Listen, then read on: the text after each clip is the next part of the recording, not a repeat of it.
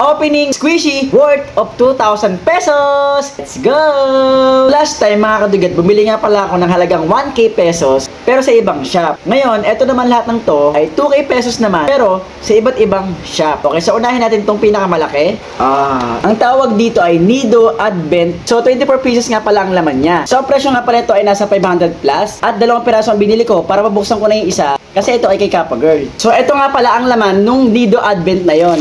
Ayan guys, maliliit na taba squishy. Okay, next, ito namang tatlong Nido squishy. So ito mga kadugyot, bumili nga pala ako ng purple, blue, at kulay pink. So itong tatlo nga pala ay nasa 700 plus silang tatlo na. Hindi ko na sasabihin yung exact price, basta nasa 700 plus siya. Buksan natin ng isa. Hindi ko muna siya tinatanggal sa plastic kasi gusto ko yung pang trade na nasa plastic pa. Magbuksan tayo ng isa para mapakita ko sa inyo. Ito siya mga kadugyot. Tignan nyo ang kinis. Diba? Crystal clear. O diba? Pisain natin. Oh, ang ganda. Oh, ang sarap pisa-pisain. Tapos babalik siya sa dati niyang anyo.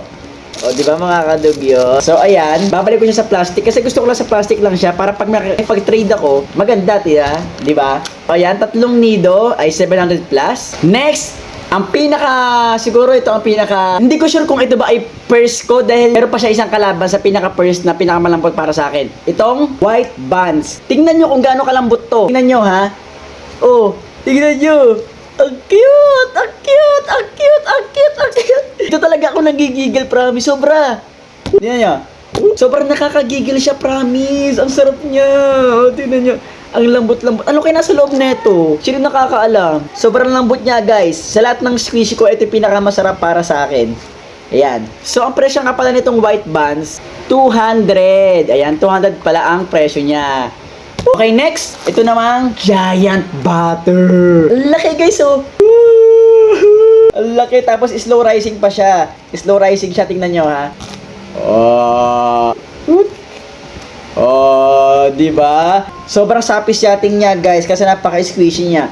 Pero parang foam siya, parang foam, ayan. So, ang presyo nga pala nito ay, ang price nitong higanting butter ay nasa 60 plus. Yan, nasa 60 plus. Yan. Next naman ay itong, para siyang slime, yan o, transparent na slime. Buksan natin. So, matagal na akong din nag-i-slime kasi nga, nauso na nga itong mga squishy, di ba? Ayan siya, guys, sobrang patag niya. So, tanggalin natin siya sa laman.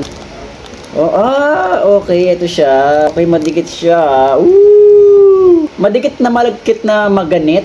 Oh, guys, ang ganda. Oh, ang ganda ng ang ganda ng ano niya. Ang ganda. Ayan, balik muna natin siya dito dahil ayoko madumihan ang aking daliri. Ang kalat. Nako. Wait lang. Ay, nako. Wait lang, ha. Ito parang mahirap sa slime. Nakadikit lahat sa daliri mo, sa kamay mo.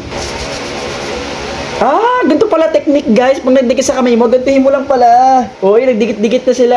Okay, alam ko na, may technique na ako nalaman. So, ayan. So, ang presyo nga pala nito ay 170.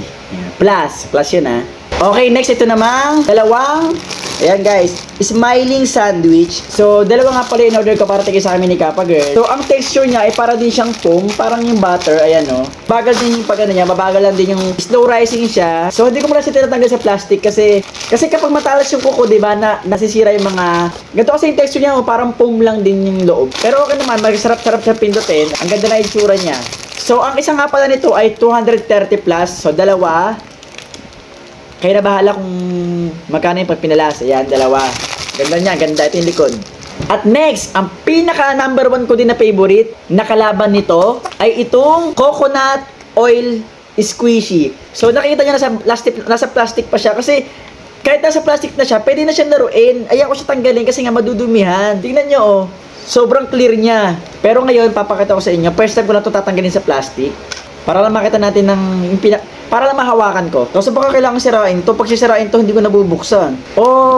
Feeling ko nga kailangan ko sirain to. Ay, ako sayang. Tingnan niyo naman, oh. Maganda na siya, di ba? Hindi na kailangan tanggalin sa plastic. Tapos nabalik siya sa dati niyang size, sa shape. Sobrang lambot niya talaga, promise. Tapos sobrang kintab niya, yan, oh. Di ba? Sobrang clear niya. Oh. Ang ganda talaga nito. So, ang presyo nga pala nito ay 115. Okay sa mga katugyot, eto na ang ating worth 2,000 na squishy. So, tanong ko na sa inyo, worth it ba siya? Yes or no?